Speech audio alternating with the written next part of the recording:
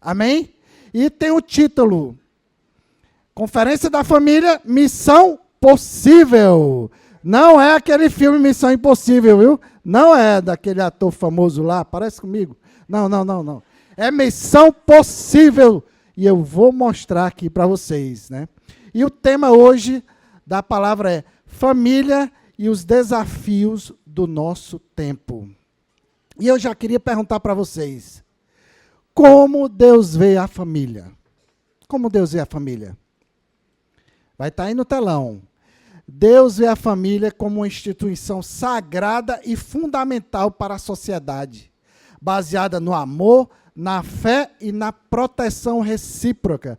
A Bíblia Sagrada ressalta que a família é o lugar onde se aprende a amar, a perdoar, a confiar e a servir, sendo um espaço de ensino, discipulado e restauração.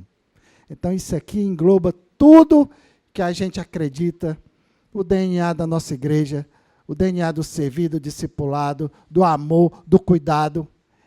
Isso é dessa forma que Deus vê a nossa família, a família de cada um de vocês. Amém? E aí nós vamos para 2 Timóteo 3, do 1 ao 5. Primeiro texto aqui de referência, que diz: Saiba disto, nos últimos dias sobrevirão tempos terríveis. Os homens serão egoístas, avarentos, presunçosos, arrogantes, blasfemos, desobedientes aos pais, ingratos, ímpios, sem amor pela família, irreconciliáveis, caluniadores, sem domínio próprio, cruéis, inimigos do bem, traidores, precipitados, soberbos, mais amantes dos prazeres do mundo, né, do que amigo de Deus. Tendo aparência de piedade, mas negando o seu poder, afaste-se também destes. Afaste-se também destes. Isso é o que a palavra de Deus nos mostra nos tempos de hoje.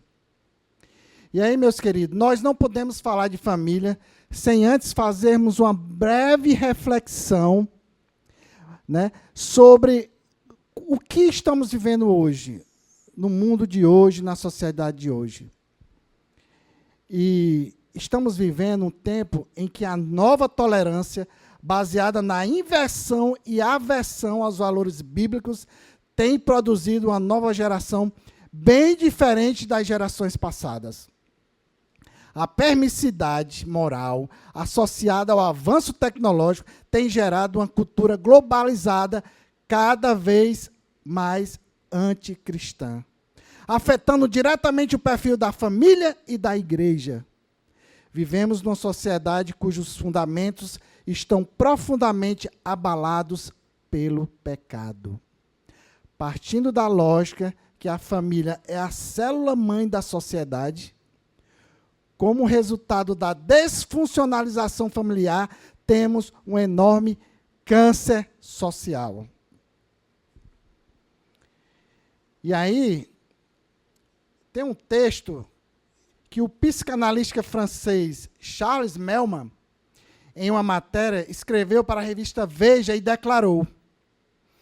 Vamos acompanhar aqui. Prestem bem atenção. É muito profundo isso aqui. A família está acabando.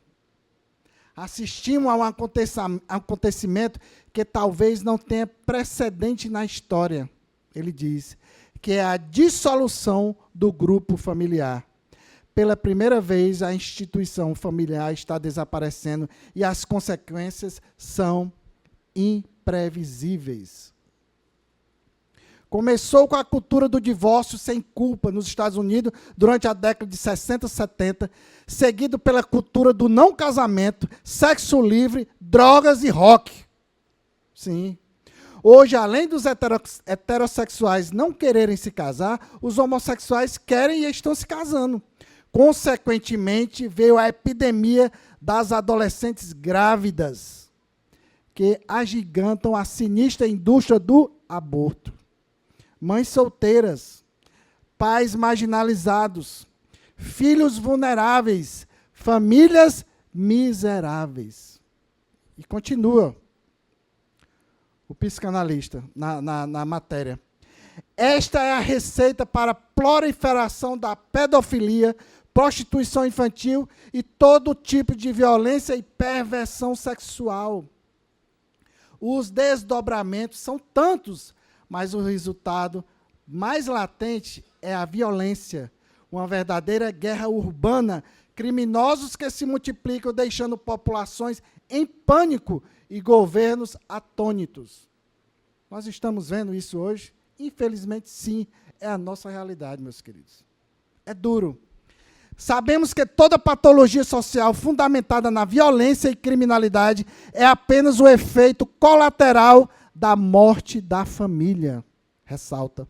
As tragédias, reações de uma geração que sofre todo tipo de psicopatias, pessoas desprotegidas, sem família e referencial, tentando sobreviver ao mundo implacavelmente ameaçador. Quando estudamos sobre a queda e destruição de grandes impérios e sociedades que marcaram a história mundial, como a sociedade diluviana, Sodoma e Gomorra, impérios babilônicos, romanos, incas e outros, percebemos alguns aspectos comuns. A deficiência moral crônica, a perda dos vínculos familiares, a libertinagem sexual, um crescente explícito envolvimento com rituais satânicos. Este tem sido o maior desafio, principalmente das sociedades ocidentais. E a pergunta é: como a igreja tem respondido a esta realidade, esta cruel realidade, diante da qual estamos vivendo e não podemos fugir, não podemos negar? Como nós vamos responder? Como a igreja, nós somos a igreja. Como nós vamos agir? Como nós vamos responder a essa triste realidade? Como a igreja tem respondido a esta realidade diante da qual estamos vivendo e não podemos negar? Vamos ver então quais são alguns dos desafios para a família cristã de hoje. Nós temos 10 desafios aqui que a família cristã hoje, a sociedade enfrenta nos dias de hoje. Vamos relacionar aqui. 1. A normalização do divórcio e a banalização do casamento. 2. A mulher no mercado de trabalho e a terceirização do processo de educação dos filhos. 3. A crise de autoridade no lar, ou seja, a inversão dos papéis e o enfraquecimento da liderança do homem em casa. A desconexão da família provocada pelo excesso do uso das redes sociais. As famílias passaram a ficar desconectadas. O acesso fácil e altamente maléfico à pornografia. 6º desafio, a ideologia de gênero. 7º desafio que nós enfrentamos hoje, o crescente número de pais e mães solteiros. 8º desafio, a legalização e normalização das drogas. 9, o conflito de gerações. Hoje temos a geração Z, que é bem diferente de todas as outras gerações passadas, com comportamentos, gostos, preferências totalmente diferentes, hábitos. 10, hoje nós passamos por um processo de normalização de diversos tipos de famílias. Olha aqui, temos hoje a família matrimonial, temos a família informal, temos a família monoparental, família unipessoal, família mosaico ou reconstituída, família simultânea ou paralela, e outras mais que eu estava pesquisando. Vários tipos de família. E aí a pergunta é, mais uma vez, qual a resposta que daremos diante de todos esses desafios? Esse é o momento para a gente estar aqui para refletir, trazer para nós, trazer para a sua família essa reflexão. Qual a resposta que nós vamos dar diante de todos esses desafios? Porque vocês concordam que esses 10 desafios aqui, realmente, infelizmente, a gente se depara no dia de hoje. Desafios da família no nosso tempo. Então vamos ver qual é a resposta. Vamos ver como Jesus fechou o Sermão da Montanha. Ele fechou o Sermão da Montanha assim. Vamos lá para Mateus 7, 24 e 27. Mateus 7, 24 e 27. Vai estar aí no telão. Vocês podem acompanhar. Portanto, quem ouve essas minhas palavras e as pratica é como um homem prudente que construiu sua casa sobre a rocha. Caiu a chuva, transbordaram os rios, sopraram os ventos e deram contra aquela casa. E ela não caiu, porque tinha seus alicerces na rocha. Mas quem ouve essas minhas palavras e não as pratica é como um insensato que construiu a sua casa sobre a areia. Caiu a chuva, transbordaram os rios, sopraram os ventos e deram contra aquela casa. E ela caiu. E foi grande a sua queda. Olha o que é que Jesus está nos ensinando aqui, mostrando. Jesus disse, pois, todo aquele que ouve estas minhas palavras, ou seja, a palavra do Senhor, sempre será a resposta para esses grandes desafios. A palavra do Senhor sempre será a resposta para esses grandes desafios. Esses desafios para a igreja e para as famílias de hoje. A resposta está na Bíblia, que é a palavra viva do Senhor. E aí nós vamos para Malaquias 2, 13 ao 16. A outra coisa que vocês fazem, enchem de lágrimas o altar do Senhor, choram e gemem porque ele já não dá atenção às suas ofertas, nem as aceita com prazer. E vocês ainda perguntam, por quê? É porque o Senhor é testemunha entre você e a mulher da sua mocidade. Pois você não cumpriu a sua promessa de fidelidade. Embora ela fosse a sua companheira, a mulher do seu acordo patrimonial. Nós já estamos vendo aqui uma falha, uma desobediência, um descumprimento da palavra de Deus. E aí nós vamos ver onde vai levar isso mais na frente. Não foi o Senhor que os fez um só, homem e mulher, através do casamento? Em corpo e em espírito, eles lhe pertencem. E por que um só?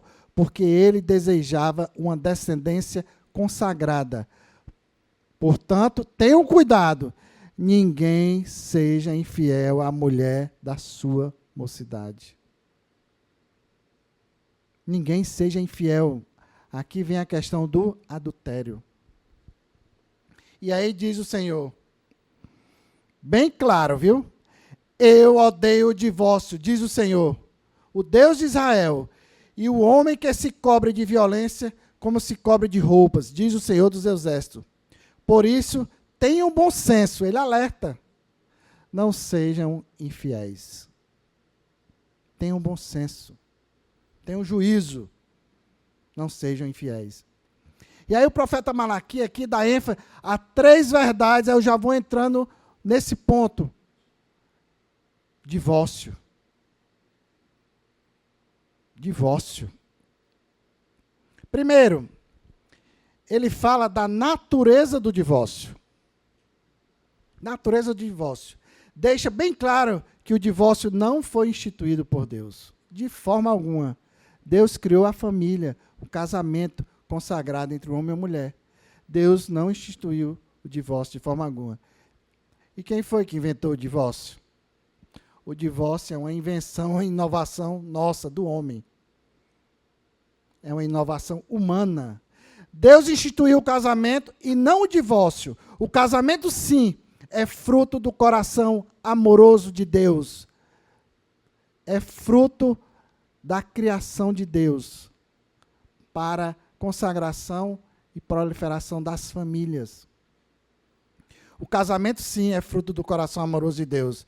O divórcio é fruto do coração endurecido do homem. Por causa do coração endurecido do homem, por causa da falta de perdão, por causa da desobediência, por causa do egoísmo, é que apareceu o divórcio. Deus não instituiu o divórcio, pelo contrário. Vocês viram aqui na palavra, Deus, o Senhor, odeia o divórcio.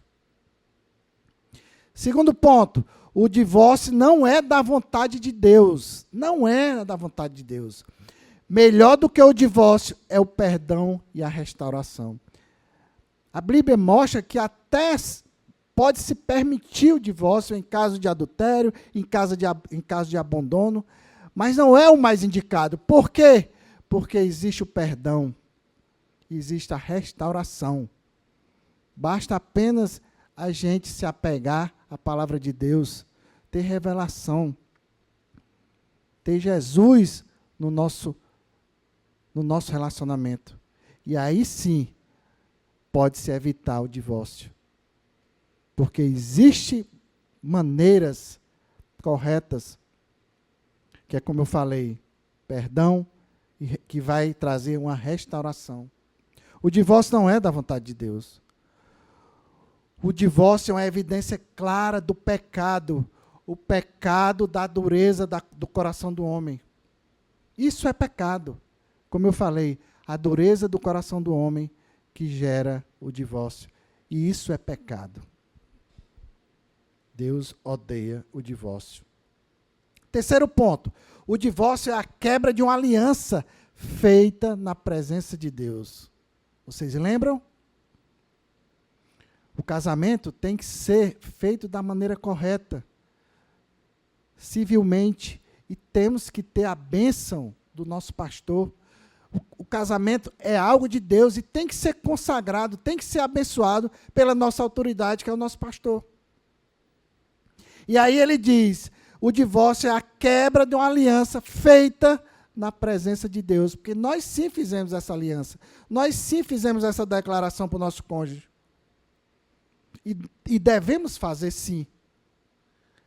E aí existe essa quebra.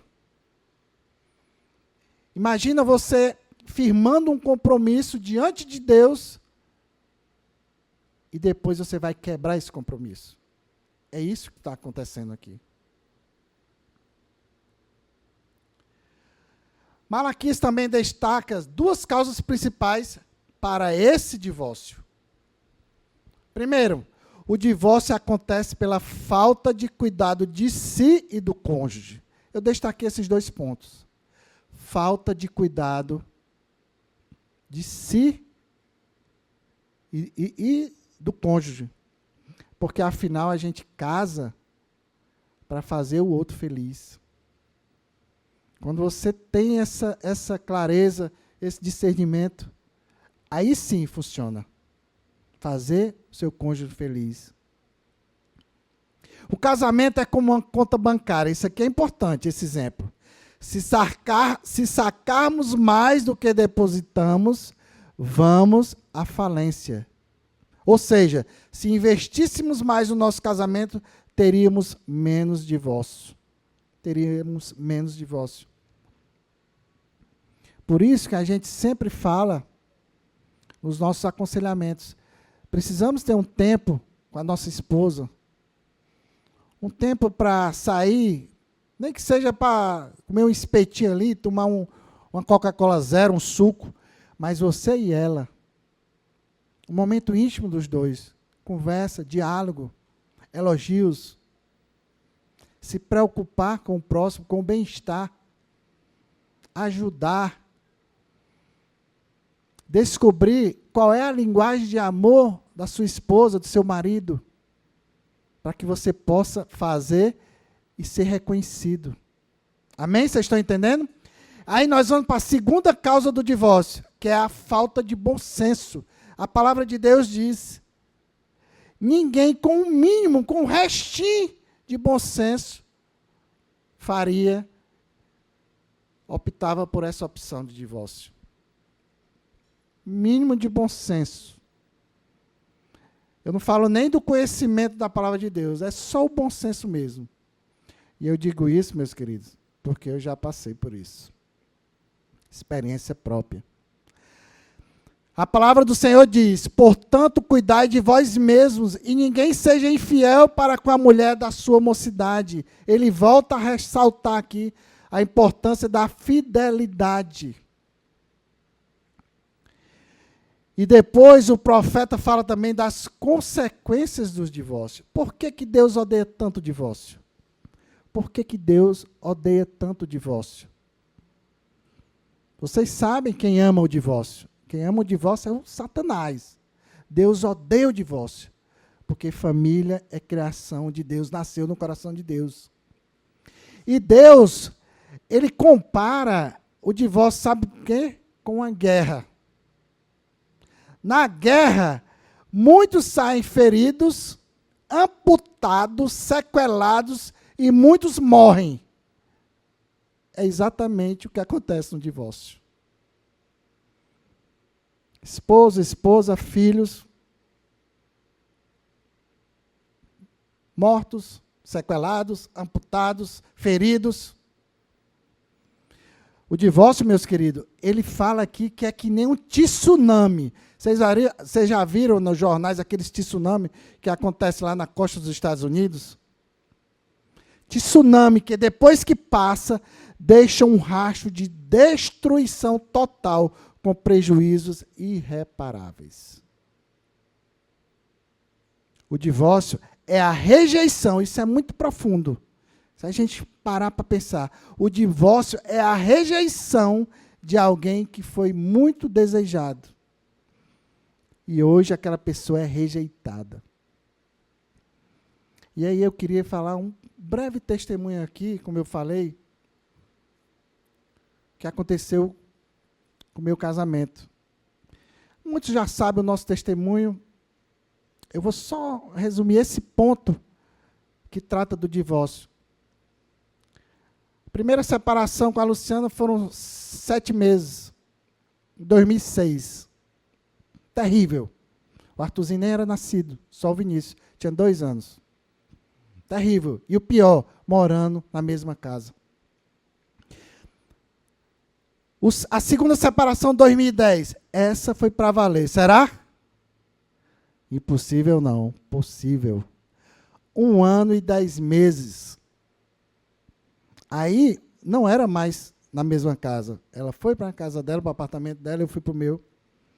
Aí o Arthurzinho já tinha nascido, 3 anos de idade. E o Vinícius, 7, tinha nem 8. Pense numa coisa terrível, marcante, destrutiva, que traz sequelas, como eu falei. Mas aí vem quem? Deus com a saída. Sempre há uma saída. Depende de mim e de você decidir ouvir. E aí tem pessoas que intercedem por nós. Está aqui um casal, ó, o pastor Anderson e a pastora Rose, que investiram na nossa vida, no nosso casamento, com oração e pagaram um preço. E graças a Deus, para a honra e glória do Senhor, nós estamos aqui hoje, com a família restaurada, uma família que teve liberação de perdão, um casamento restaurado. Não é fácil, mas nós decidimos, essa foi a nossa decisão. E quando você toma a decisão, você coloca Jesus na frente, e você ora, e escuta o aconselhamento, o discipulado serve para isso. E hoje a gente pode colher os frutos. Esse ano faz 14 anos da restauração da nossa família. Amém? Aleluia. E olha onde a gente está hoje. Testemunhando para vocês. Eu espero que nenhum de vocês passem por isso, nem sequer pensem, nem falem essa palavra no casamento de vocês. Essa palavra destrutiva, demoníaca, não pode falar. Evitem falar essa palavra divórcio no casamento de vocês.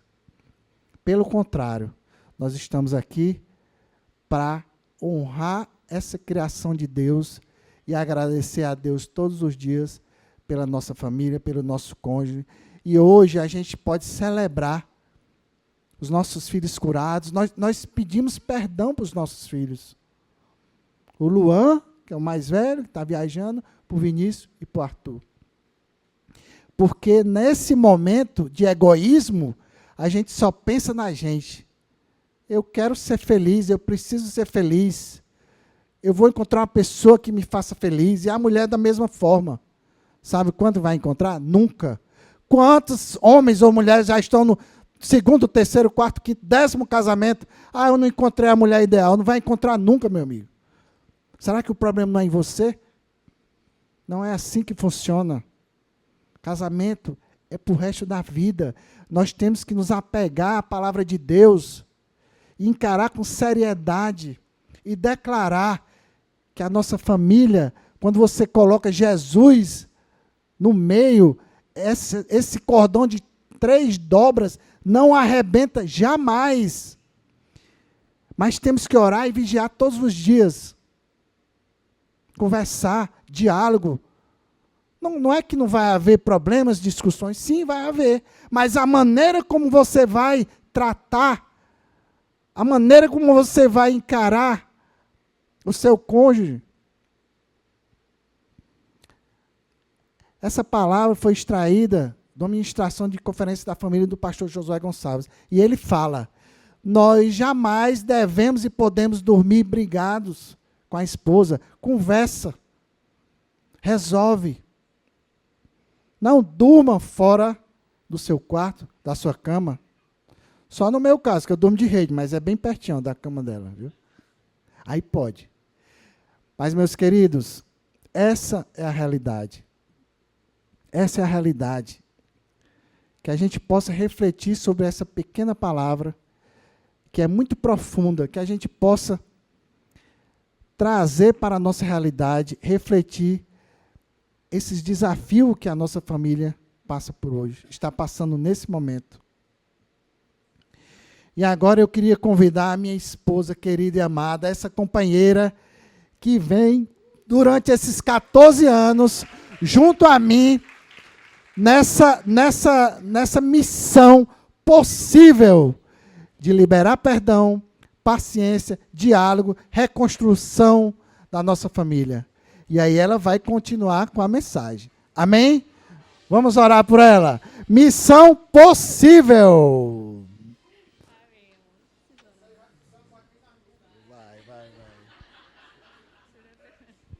Amém. Estamos orados já.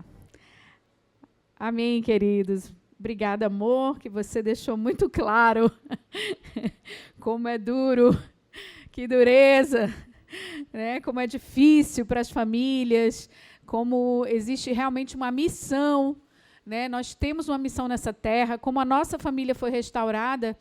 Eu entendo cada dia que passa, eu entendo do propósito de Deus na nossa casa, né?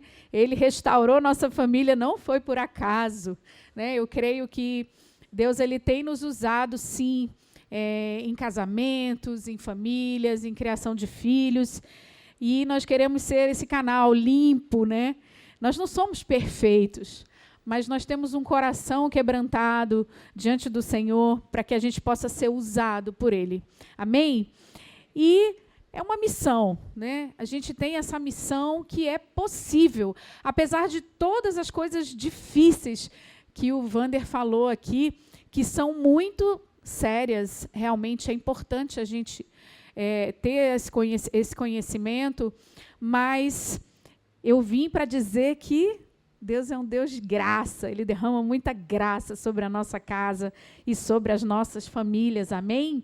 Existe esperança, o Evangelho, ele é a esperança, amém? Então, nós temos, sim, esperança sobre a nossa casa, sobre o nosso casamento, e eu queria que a gente lesse lá em Efésios, capítulo 5. Efésios, o apóstolo Paulo, ele fala...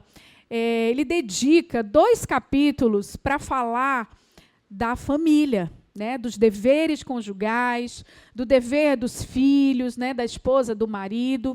Mas antes dele falar, vamos só relembrar aqui como são esses deveres, né? Lá em Efésios 5 fala, mulheres, capítulo 5, versículo 22. Mulheres, sujeitem-se cada uma a seu marido como ao Senhor, pois o marido é o cabeça da mulher, como também Cristo é o cabeça da igreja, que é o seu corpo, do qual ele é o Salvador.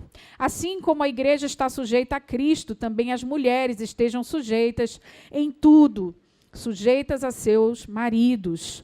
E aí vem no 25, maridos, ame cada um a sua mulher, assim como Cristo amou a igreja e entregou-se por ela, para santificá-la, tendo-a purificado pelo lavar da água mediante a palavra, e para apresentá-la a si mesmo como igreja gloriosa, sem mancha nem ruga ou coisa semelhante, mas santa e inculpável. E aí lá no capítulo 6 ele fala dos filhos, né? Filhos, obedeçam a seus pais no Senhor, pois isso é justo. Honra teu pai e tua mãe, a gente vai falar sobre isso mais lá na frente. Mas Paulo ele fala algo no capítulo 5, nos versículos 18 e 19, que vai aparecer aí no telão, que ele fala assim, não se embriaguem com vinho, que leva à libertinagem, mas deixem-se encher pelo Espírito, falando entre si com salmos e cânticos espirituais, cantando e louvando de coração ao Senhor, dando graças constantemente a Deus Pai por todas as coisas, em nome do nosso Senhor Jesus Cristo. Então, Paulo, ele, antes de falar dos nossos deveres, de tudo que nós temos que fazer, como esposa, como marido, de se submeter, de amar como Cristo ama a igreja, ele fala de algo muito importante. Ele fala que nós devemos nos encher do Espírito Santo. Sabe por que ele disse isso? Porque a gente não consegue fazer. Olha, você imagina, eu vim de um lar disfuncional, destruído, meu pai era alcoólatra, aí eu me caso com WG, também todo quebrado, a família dele toda lascada. Né? O pai dele era separado da mãe, um queria matar o outro. Olha aí a situação. E aí a gente se encontra. E a gente constrói, se casa e vai construir uma família. Vocês acham que daria certo isso? A probabilidade é muito, muito difícil de dar certo. Né? Então, o que Paulo está dizendo é, você precisa ter Jesus, você precisa ter o Espírito Santo para você conseguir levar a sua família, construir uma família em harmonia, em amor. Amém? Sem o Espírito Santo é muito complicado. Então, ele fala que para você viver em harmonia, viver o céu na terra em família, você precisa estar cheio do Espírito Santo. Então, antes da esposa se submeter, antes dos filhos obedecerem e honrarem os pais, precisamos do Espírito Santo. Ok, Luciana, e como é que eu faço isso? Como é que eu faço para ser cheio do Espírito Santo? É necessário que a gente pratique as disciplinas espirituais. Eu estava vendo isso aqui com o Wander, com meu marido, e aí eu disse, amor, todo cristão precisa dessas disciplinas espirituais. Né? Então, todos nós precisamos praticar essas disciplinas. O que são as disciplinas? Leitura bíblica devocional. Precisamos fazer o devocional todos os dias. Ler a palavra, oração, meditação. Precisamos do jejum. Precisamos da adoração. Participar da vida da igreja. Precisamos ser generosos e servir no serviço. Contemplar a beleza do Senhor, precisamos nos arrepender. E isso são disciplinas que a gente deve fazer todos os dias. Né? Então, para que a gente seja cheio do Espírito. Então, para a gente tornar essa missão, que é a família, ter uma família nos padrões do Senhor, com os princípios do Senhor, nós precisamos, em primeiro lugar, nos encher do Espírito Santo. Em segundo lugar, para que a gente tenha uma família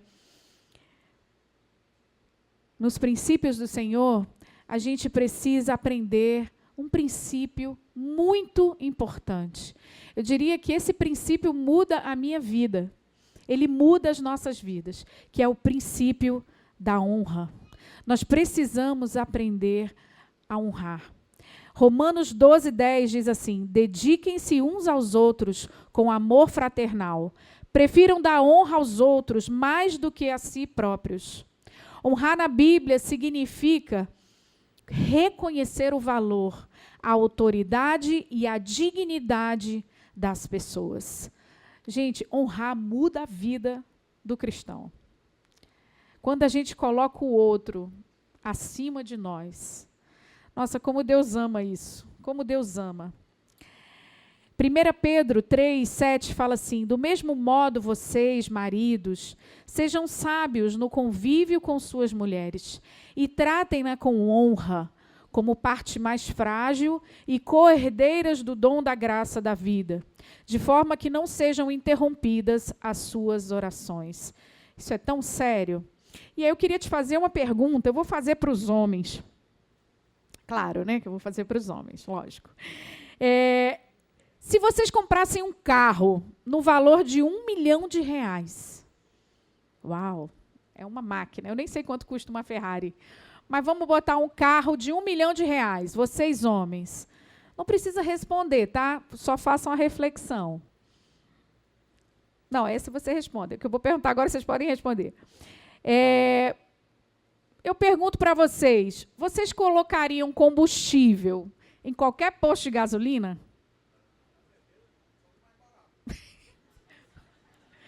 Um carro de R$1 milhão, tu ia pechinchar essa gasolina?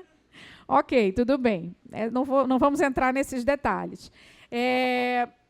Se você tivesse esse carro de R$1 milhão, você estacionaria em qualquer lugar? Guardaria ele assim em qualquer lugar? Ou na sala? Eu ia botar na sala. Eu ia botar na sala lá de casa. Certeza. Vocês iriam lavar esse carro em qualquer lava-jato? Só no do Renan, né? Não iríamos fazer isso, né? Vocês não fariam isso, maridos? Não, né? E outra pergunta. Vocês fariam seguro desse carro? Importante, né? Fariam seguro? Olha quantos cuidados que vocês teriam com esse carro. Aí eu pergunto, por quê? Por que todos esses cuidados? Porque é caro? Porque ele tem um valor, né? Vocês reconhecem o valor que ele tem. E a sua esposa? Calma, não respondam, é só para reflexão.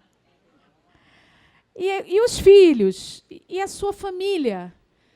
Que valor eles têm para vocês? Estou falando com os maridos, né? Que valor eles têm para você, marido? Cadê o zelo com as esposas, com os filhos? Cadê o cuidado? Cadê o investimento? A maneira como você trata o seu cônjuge revela o valor que ele tem para você. Sabe quando dizem assim, o marido tem a esposa que merece, a esposa tem o marido que merece. Na verdade, o marido, ele constrói a esposa que ele quer ter ao seu lado. A mulher, ela constrói o marido que ela quer. Vocês sabiam? É verdade. É isso. Quando eu comecei minha caminhada, eu estava separada do Vander, né? E a pastora Rose me deu um presente, né? Foi na minha casa, ela estava investindo na minha vida, e eu morava num apartamento, e ela ia lá me visitar e tudo, e era meu aniversário. E ela foi e levou uma lembrancinha para mim, um pacotinho, me deu de presente, aí ela foi embora. E aí eu peguei aquele embrulho, né, abri. Quando eu abri, eu tirei um livro de dentro do pacote. E nesse livro, o título do livro dizia assim: casamento não vem pronto, se constrói. E aí eu olhei aquele título e minha prima errou. Deu o presente errado. Não era para mim, era meu aniversário, eu estava separada. Que presente é esse, né? Se enganou, com certeza. Com certeza se enganou. Peguei o telefone, liguei para ela, prima, eu acho que tu trocou os presentes. Esse não era para mim. Eu nem casada sou mais. E aí ela disse assim, é para você, prima. É para você mesmo, eu não errei, eu não me enganei. Só leia. Aí eu, ok, primona, vamos lá. E esse livro, ele era fininho, assim, de fácil leitura. Então, eu rapidinho li. E, queridos, eu me acabei nesse dia.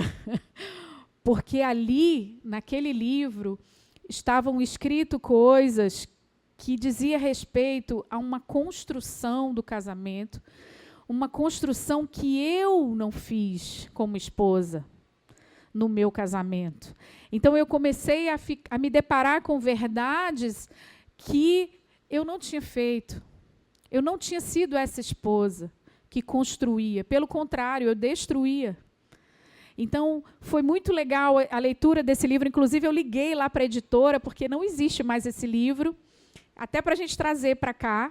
Ele era pequenininho, assim, fazia parte de uma coleção, e eles não têm mais o livro, né? Eu falei lá com a editora do Josué Gonçalves, e eles não têm mais esse livro. Eles pegaram os livros e colocaram em outro, sabe? Um outro mais robusto, e aí eles colocaram essa temática em outro livro, que depois eu vou passar para a pastora Rose ver lá se ela consegue trazer. Enfim, o que eu quero dizer com isso é que casamento, ele não vem pronto, ele se constrói. Nós estamos nos construindo. Nós estamos construindo a nossa família, dia após dia. Então, se eu quero uma esposa que não seja briguenta, que seja amorosa, o que eu vou fazer para que ela seja dessa forma? Se eu quero um marido que olhe para mim com zelo, que me admire, que me ame, assim como Jesus amou a igreja, que cuide de mim, que me proteja, que libere o cartão de crédito. O que eu vou fazer? O que eu posso fazer como esposa para que meu marido seja dessa forma? Amém? Nós estamos em construção. E honrar, queridos, significa reconhecer o valor do outro. Filhos, honrem seus pais. Efésios 6:2.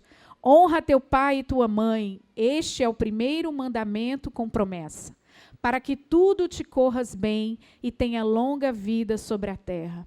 Honrar, queridos, é um princípio da família.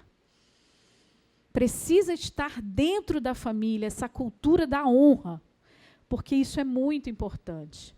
Deixa o homem, seu pai e sua mãe, e se une à sua mulher. Esse deixar, deixa seu pai e sua mãe e se une a uma mulher, é um deixar geográfico. Ou seja, o filho saiu de casa, foi trabalhar, foi embora, foi para outro país, foi estudar fora, ou foi casar, né? Esse deixar geográfico é isso, né? Trabalhar, ou um deixar financeiro. Qual é o deixar financeiro? O filho deixou de depender financeiramente dos pais. Isso também é um deixar. E o outro deixar é o deixar emocional.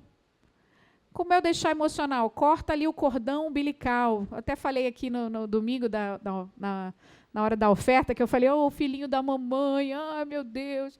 Né? É uma dependência emocional que é gerada ali, que precisa ser rompida. E esse romper é bíblico. Deixe seu pai. Esses deixares é bíblico.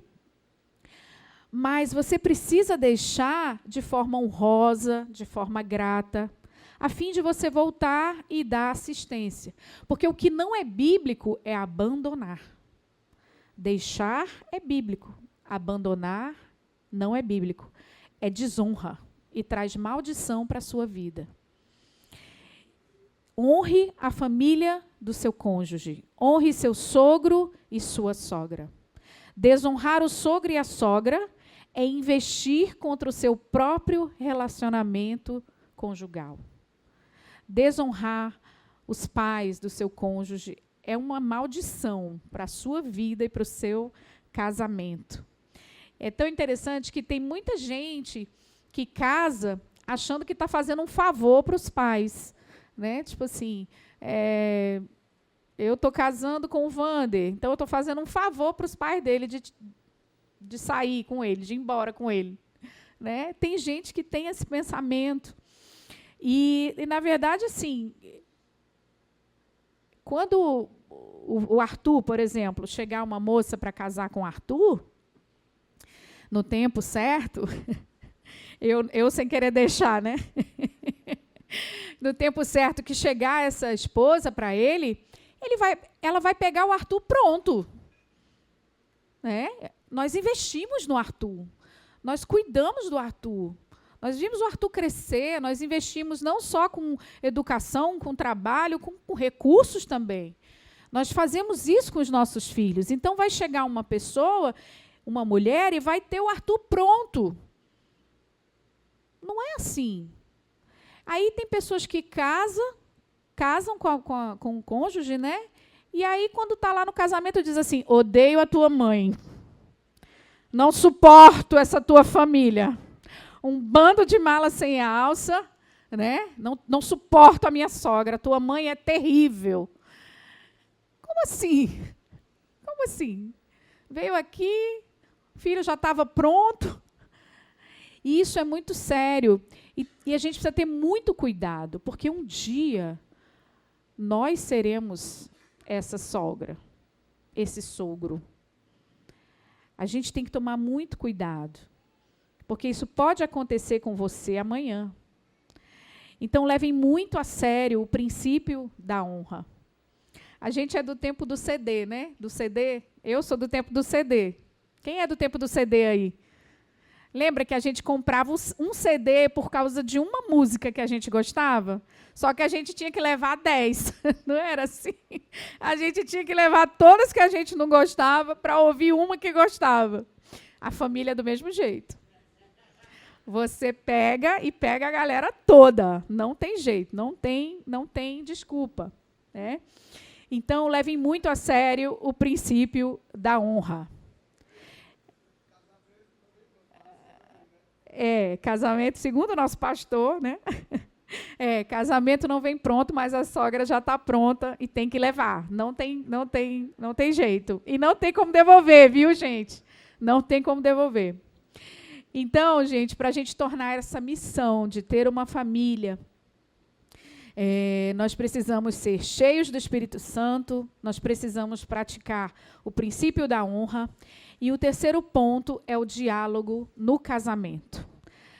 Nós temos perdido o diálogo nas nossas casas, tanto com os nossos cônjuges como com os nossos filhos, cada dia mais. Né?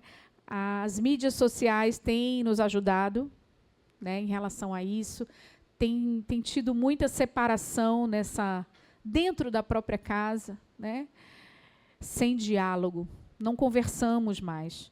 O divórcio, gente, que o Wander falou tanto sobre isso, o divórcio é precedido pela morte do diálogo.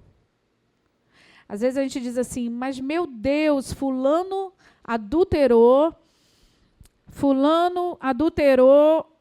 e se divorciaram. Até chegar no adultério, até chegar no divórcio, muitas coisas acontecem. Muitas coisas. As pequenas raposas destroem uma grande colheita. O diálogo faz parte de um desses pontos. Tiago 1,19 diz assim, meus amados irmãos, tenham isso em mente, sejam todos prontos para ouvir, tardios para falar e tardios para irar-se. Tiago está falando aqui de inteligência emocional, né? Ele fala do quê? Que a gente precisa ouvir mais, falar no momento certo, né? Ter cuidado com as palavras. A Bíblia fala que o falar no tempo certo, na hora certa, ela traz bênção, né? Você falar no momento certo. Isso é inteligência emocional. O grande desafio na relação dos casais é a dificuldade de ouvir e a dificuldade de falar, da comunicação. Não existe empatia. Sabe, você ouvir com o coração.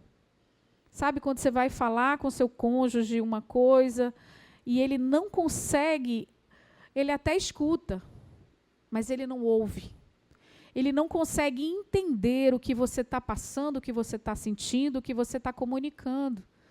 Porque ele não consegue ouvir com o coração, ele não consegue ser empático. E isso é muito ruim para o casamento. E a gente precisa escolher as palavras, o momento certo de falar, o local apropriado. Sabe que é o sinal de um casal maduro? É quando ele marca uma reunião para falar de assuntos difíceis. Olha que legal isso. Amor, olha, segunda-feira a gente precisa reunir, tal hora, né? Vamos reunir aí no horário 4 horas da tarde, a gente toma um café e nós vamos conversar sobre assuntos difíceis, pautas dolorosas às vezes, pautas que precisam ser ajustadas. Isso é muito legal, porque dá tempo de você orar, dá tempo de você meditar, se acalmar, procurar seu discipulador, seu líder de célula, buscar conselhos. Até a data da reunião, você já está... As coisas estão mais claras. Então, casais maduros fazem isso. Casais maduros marcam um horário para se reunirem. E é em qualquer lugar? Não. É no lugar apropriado. Nunca faça do seu quarto um ringue. Nunca faça. Não deixe para discutir com seu marido no quarto. O quarto de vocês é um lugar de amor, é um lugar de paz. A mesa do almoço com os filhos é lugar de conversas difíceis? Também não. Sabe por quê? Porque nós criamos memórias. Memórias na nossa família é o lugar onde nós criamos memórias. A gente se lembra de coisas, do nosso almoço, como era bom, que a gente brincava, que a gente comia. Falava ali, sim, alguns assuntos ali, mas não aqueles mais sérios e dolorosos. Separe um lugar apropriado para ter essas conversas. Amém? Vocês estão comigo aí, entendendo? Aleluia. Escolha um lugar apropriado. O nosso quarto, ele tem que representar 3 coisas. A primeira coisa, um lugar de descanso. A segunda, lugar de devoção, oração, leitura da palavra, adoração. É ali que você canta um louvor, coloca ali um louvor, fica adorando a Deus. E o terceiro ponto, o seu quarto deve ser um lugar de prazer. Amém? Eu ouvi um amém? Aleluia. Então, para tornar essa missão família possível, nós somos cheios do Espírito Santo, nós praticamos o princípio da honra, nós dialogamos no casamento e nós fazemos sexo. Gente, calma. Calma, se vocês me constrangem, tá? Sexo no casamento, isso mesmo. E eu vou perguntar para vocês aqui uma coisa. Para os casados aqui, eu sei que tem muitos jovens que ainda irão se casar. Eu preciso dizer que o sexo, ele é feito para o casamento. Amém? Feito para o casamento, vamos deixar bem claro, nós vamos ler aqui um versículo que fala sobre isso. E é para os casados. Amém? E a gente, como casal, a gente sim faz sexo e é muito bom. E a gente precisa falar sobre isso. Amém? Aleluia! Sabe por quê? Porque o sexo é o termômetro do casamento. Calma, conversas paralelas para depois, tá bom? Então, não constranja aqui a ministra, tá? Por favor. Hã?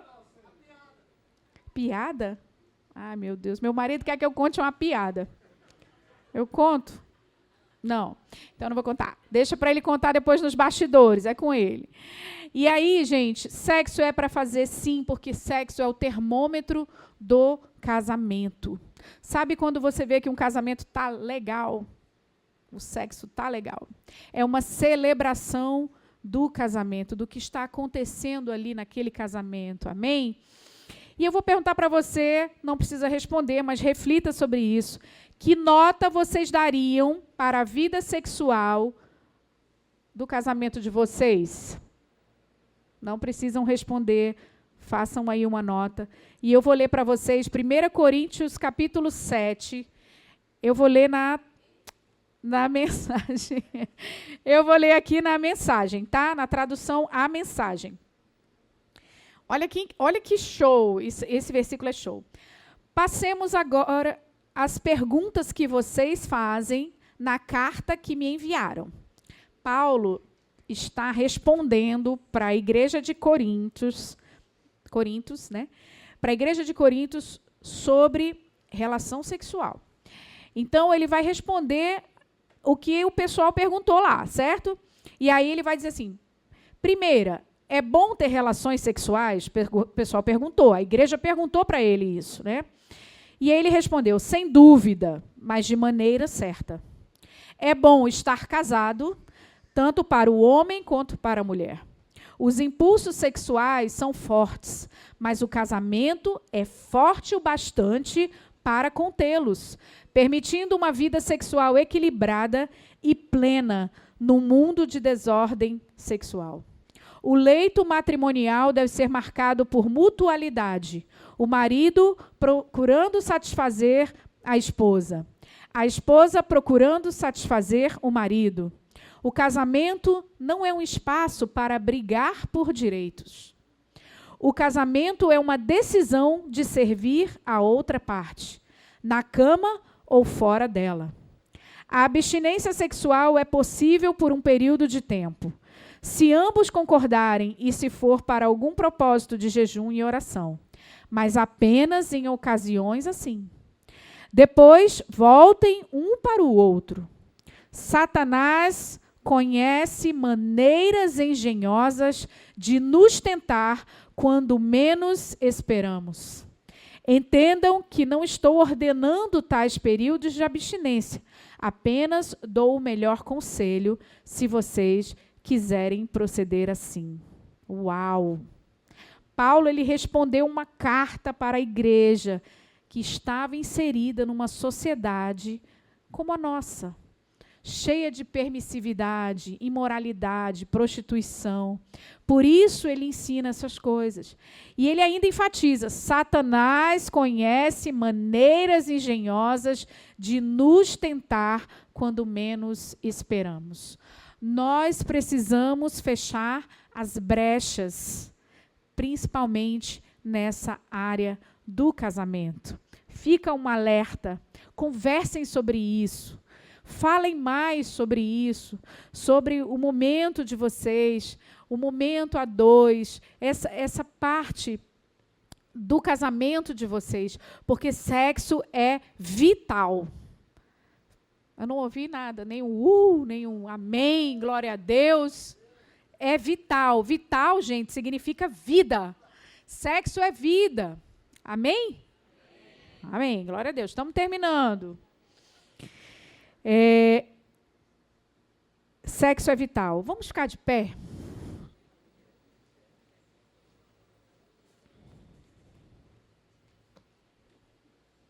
Se você está com seu cônjuge aí, com a sua família, abrace ele aí no seu lugar. Já comecem aí a conversar ali. Vamos já conversar em casa, tá?